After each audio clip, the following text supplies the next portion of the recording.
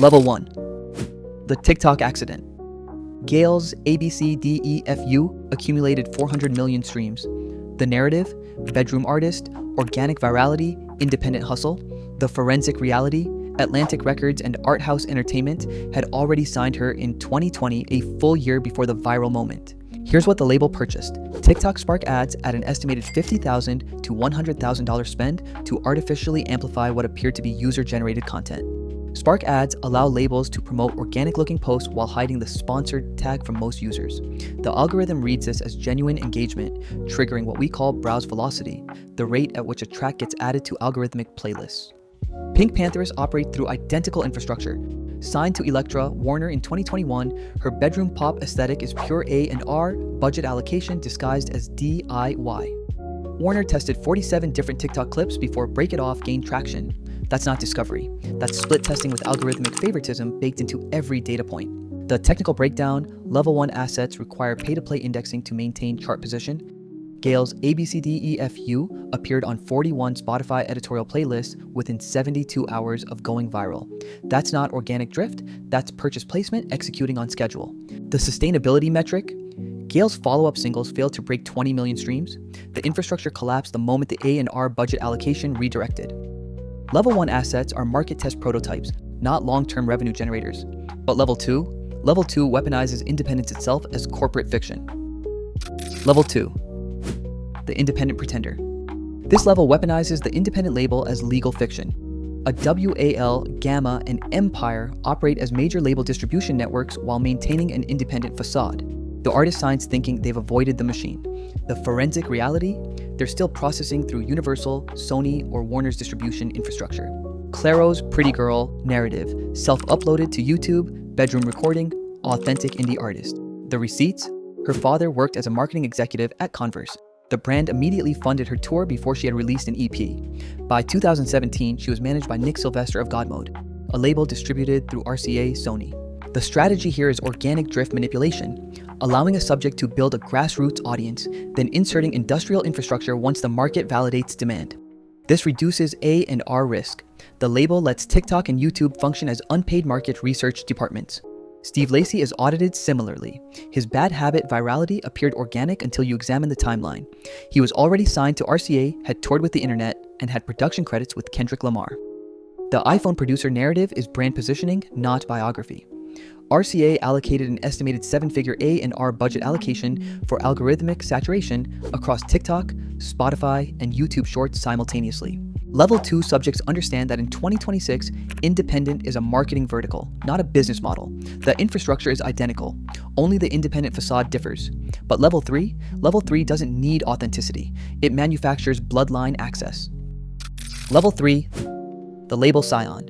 Gracie Abrams is the daughter of J.J. Abrams, net worth estimated at $300 million. Her grassroots career began with management by Danny Jones, who manages Taylor Swift through 13 Management. Her debut EP was released through Interscope, her first tour opening for Olivia Rodrigo on a Live Nation-produced arena run. This isn't nepotism criticism, it's capital infrastructure analysis. The safety net here is comprehensive. If streaming fails, the family network redirects investment into sync licensing, brand partnerships, or film soundtrack placement. The financial risk approaches zero. Lofty follows the same infrastructure, utilizing an existing media network to compress the organic timeline from 5 years to 12 months. This is manufactured velocity. The technical advantage of Level 3, multi-platform pay-to-play indexing, compresses the organic timeline from 5 to 7 years to 6 to 12 months. When a subject has immediate access to major label playlisting infrastructure, sync licensing networks, and influencer seeding budgets, organic drift becomes industrially manufactured velocity. If you prefer technical reality over record label lies, hit sub and let's expose the money. But Level 3 still pretends the process is natural. Level 4 reverse engineers the audience itself. Level 4, the algorithmic prototype. Ice Spice was engineered for 15-second consumption. Her production style, Bronx drill stripped to bass and hi-hats, was reverse engineered from TikTok engagement metrics. 10K Projects, her label, analyzed which sonic elements generated the highest clip completion rates, then built an asset around that data. The rollout forensics, Munch, Feelin' You, was seeded to 300 plus TikTok micro-influencers via paid partnerships before Ice Spice's account had 10,000 followers. The label purchased TikTok ads targeting users who engaged with Nicki Minaj and Cardi B content. Within 72 hours, the track appeared on Spotify's Rap Caviar, one of the most coveted editorial placements in streaming. That's pay-to-play indexing executing at industrial scale. The Nicki Minaj collaboration wasn't organic. It was A&R budget allocation through internal label politics. 10K Projects is distributed through Virgin Universal, the same parent company as Minaj's label. The remix was negotiated through corporate infrastructure, not artist-to-artist connection. Level 4 subjects are market-saturated products, designed for maximum short-term penetration with minimal long-term investment. The production budget per track is under $5,000, but the marketing budget is $200,000. The music is the advertisement for the advertisement. The sustainability test, Ice Spice's streaming numbers declined 60% after the initial promotional cycle. The algorithmic prototype works until the algorithmic favoritism budget stops flowing. But Level 5 plays the long game. Level 5. The strategic rebrand. Sabrina Carpenter was signed to Hollywood Records in 2014, a full decade before Espresso became her breakthrough hit. This is the slow burn strategy. Sign young talent, deploy low-cost development deals, wait for market conditions to align. Disney invested in Carpenter as a multi-platform asset. Acting roles, touring as an opener, moderate radio singles, none broke through. The label's calculation, keep her on a reduced royalty development deal until the market gap appears. In 2024, that gap was hypersexual pop with Y2K nostalgia aesthetics. Espresso was focus group tested against 40-plus demos to target a specific 18 to 24 female demographic. Hollywood Records didn't wait for luck, they waited for a market gap. The technical advantage, Carpenter had 10 years of infrastructure already built. Fan base, touring history, industry relationships. Island Records didn't need to create demand from zero. They redirected existing A&R budget allocation into algorithmic saturation at the precise cultural moment. Level 5 subjects prove that overnight success is a 10-year capital deployment timeline compressed into a 6-month media narrative. But Level 5 still needed to build something. Level 6 was born inside the machine. Level 6. The high-friction icon. Billie Eilish's anti-pop positioning was market infiltration strategy, not artistic rebellion. Her brother Phineas had already worked with major label artists before her bedroom producer era. Their mother managed entertainment industry connections. The DIY aesthetic was A&R budget allocation into viral marketing rather than traditional radio promotion. Interscope signed Eilish in 2016 when she was 14. The label's strategy, invest in algorithmic favoritism while maintaining an independent facade. They allowed her to retain creative control, but controlled distribution, playlisting access, and touring infrastructure. Ocean Eyes wasn't uploaded to SoundCloud by accident. It was seeded strategically to dance teacher networks and youth-focused playlists. The marketing narrative of accidental upload is forensic fiction. Interscope's A&R team had already identified her through industry connections before the track went live. The calculated risk. High-friction assets require larger upfront investment but generate longer revenue cycles. Eilish's authenticity branding allows for premium ticket pricing, merchandise margins, and brand partnership rates that exceed typical pop metrics. The initial capital investment was $2 to $3 million. The return exceeded $100 million within 3 years.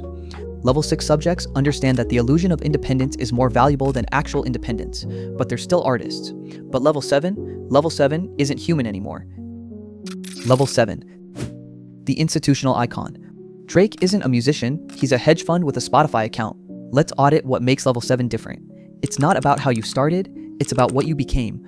Drake began on Degrassi with industry connections through his mother, who worked in Canadian television. He signed to Young Money under Lil Wayne's mentorship, industry access from inception. But here's what separates him. He transformed from an artist into infrastructure. Drake doesn't release music, he moves markets.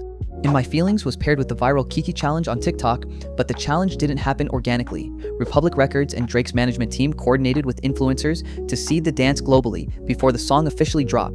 The virality was planned. His label, OVO Sound, operates as a subsidiary of Warner Records. He owns stakes in streaming services, alcohol brands, sports teams, and production companies. When Drake releases an album, he's not launching art, he's launching a cross-platform financial event designed to move stock prices. This is capital saturation, when an artist becomes too economically integrated into the industry to be considered separate from it.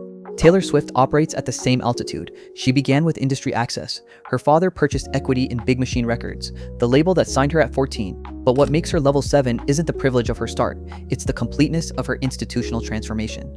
She doesn't negotiate with the industry, she owns the leverage points. When she re-records her albums, she's not making music, she's executing corporate warfare against her former label. When she drops albums, Ticketmaster servers crash and Congress holds hearings. She's not a musician who got big, she's a market force disguised as a person. Level 7 artists are post-human. They're corporations that happen to have a face. They don't make music to express themselves. They deploy music as capital to maintain market dominance. You're not listening to a person, you're consuming a quarterly earnings report. The audit is complete. In 2026, organic is just a marketing budget category. If you prefer forensic reality over the industry's facade, subscribe to join the lab and access the full database. The vocalist audit is available right here. I'll see you at the next briefing. Audit closed.